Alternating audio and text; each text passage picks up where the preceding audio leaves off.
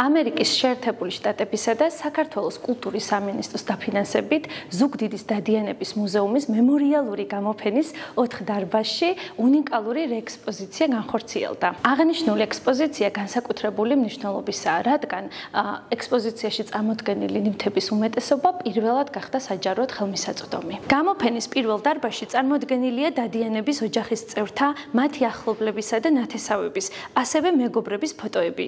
განსაკუთრებით აღსანიშნავია, რომ ამ ფოტოების ნაწილი აქამდე არასდროს გამოჩენილა მუზეუმის საექსპოზიციო სივრცეებში. მუზეუმს დაუბრუნდა მე-19 საუკუნის საწოლი, რომლის გარნიტური ბოლშევიკური ოკუპაციის შემდეგ დაკარგულად ითვლებოდა. მისი მოძიება და მუზეუმში დაბრუნება ხელოვნების სასახლის ინიციატივით განხორციელდა.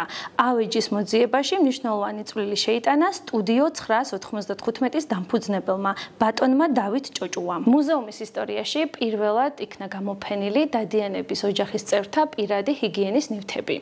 მათ შორის გახლავთ სარკე, სავარცხელი, ჯაგრისები, თმის დასახვევი ნივთები, რომელიც ეკუთვნოდა სამეგრელოს უკანასკნელ დედოფალს ეკატერინე ჭავჭავაძეს და მის ქალიშვილს, პრინცესას სალომე დადიანი-მიორატს. აღნიშნული ნივთები სპილოს ძვლისგან არის დამზადებული, თითოეულ ექსპონატს ამშვენებს ინიციალი, წარწერა ეკატერინე და ასევე სამთავრო გვირგვინი. დამთვალიერებლებს ვეპატიჟებით დედოფლისეული სასახლის განახლებულ საგამოფენო სივრცეში.